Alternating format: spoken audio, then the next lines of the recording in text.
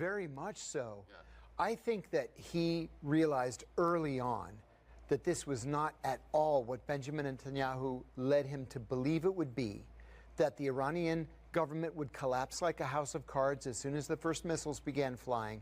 That was not going to play out. And if anything, these attacks against Iran have pushed the Iranian people together. Yes. They've put their differences aside.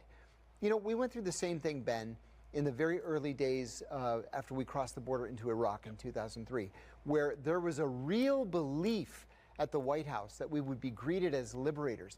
And we weren't. We were greeted as occupiers and invaders.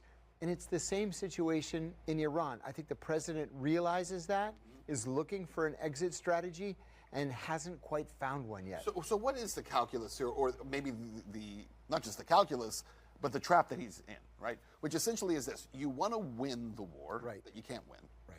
You want to look powerful in the exit, but you can't really look powerful.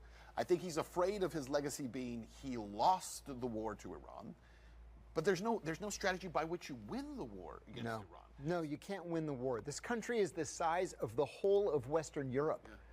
It has 93 million people, and it's surrounded by almost impenetrable mountains on three sides. Yes. You can't win unless you commit 500,000 to 1 million ground troops, and that's just not going to happen. It's not possible. So I think that what we're going to end up seeing is another either ceasefire or memorandum of understanding where the president says publicly, it's the end, we win, they've agreed to our demands, which we're never really going to figure out what our demands were, Sure.